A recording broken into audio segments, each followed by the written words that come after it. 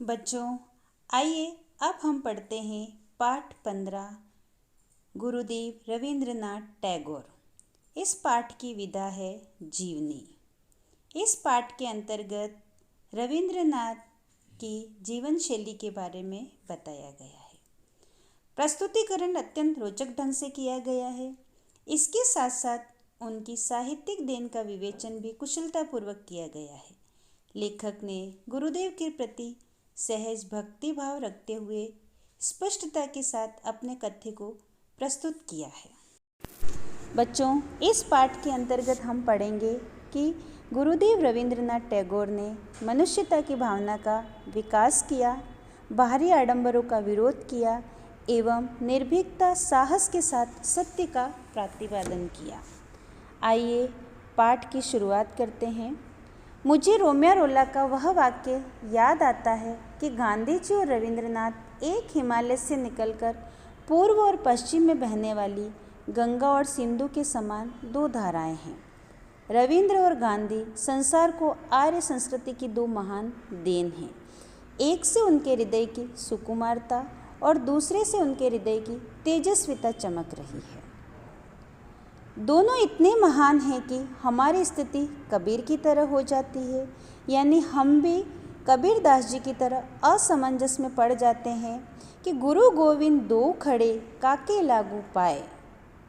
यानी रविंद्रनाथ एवं गांधी जी दोनों हमारे सामने हैं, दोनों ही का महान व्यक्तित्व है, तो हम पहले नमन किसको करें? यानी दोनों ही हमारे लिए महान व्यक्तित्व हैं।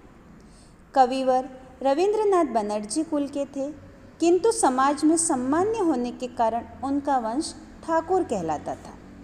टैगोर इसी का अंग्रेजी मुलम्मा चढ़ा हुआ रूप है, यानी टैगोर को अंग्रेजी में हमने ठाकुर को टैगोर बताया।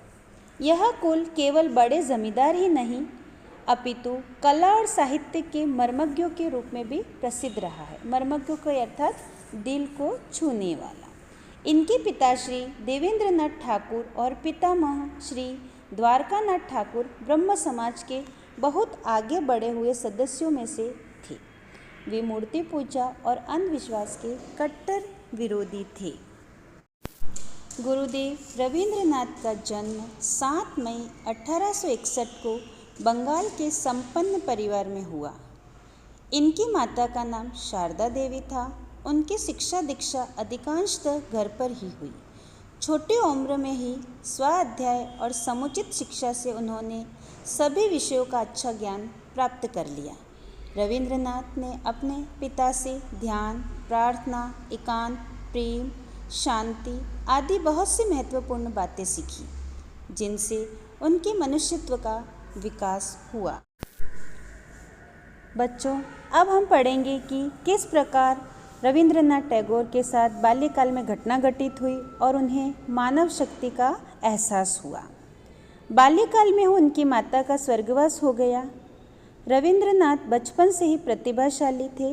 उन्हें प्रकाश किस प्रकार मिला, इसके बारे में उन्होंने स्वयं ही लिखा है। सूर्य देवता सामने के वृक्षों से झांक रहे थे। मैं उनका स्वागत करने अपने निजी मकान के छज्जे पर दौड़ा गया। वृक्षों पर सूर्य की किरणें पड़ रही थी। इस समय एकाएक दिव्य प्रकाश मिल गया। प्रकृति की प्रत्येक वस्तु इस समय एक ही प्रतीत होती थी। सारा विश्व एक दिखाई देता था। इस अपूर्व दृश्य का वर्णन मानवीय शक्ति के परे है।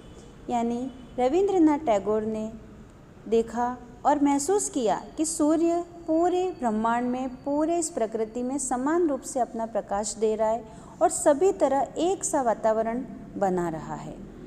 अब उन्हें एहसास हो गया कि यही मेरे लिए एक मानव शक्ति का रूप है। 15 वर्ष की अवस्था से ही वे लिखने लगे थे। अपने प्रारंभिक काल में ही वे अच्छी रचनाएं करने लगे, यानी शुरुआती दौर। उत्तरोत्तर उनकी रचनाएं उनकी प्रतिभा का परिचय देने लगी, अर्थात बाद में धीरे धीरे उनका परिचय शुरू हुआ। जल्दी उनकी धाक बंगला साहित्य पर जम गई।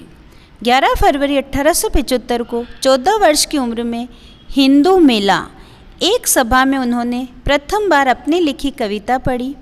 इस मेले का उद्देश्य था लोगों में भारतीय होने की चेतना उत्पन्न करना। ताकि उनके अपने भारतीय होने पर उन्हें गर्व हो। उस कविता की 4 पंक्तियाँ इस प्रकार हैं। सहस्त्र सूत्रों के एक धागे से बंधे हमारे हजारों मन, इस एक कर्तव्य के लिए दे दिए अपने हजारों जीवन। यानी हम सभी भारतीय एक ही सूत्र में, एक ही धागे में बंधे हुए हैं।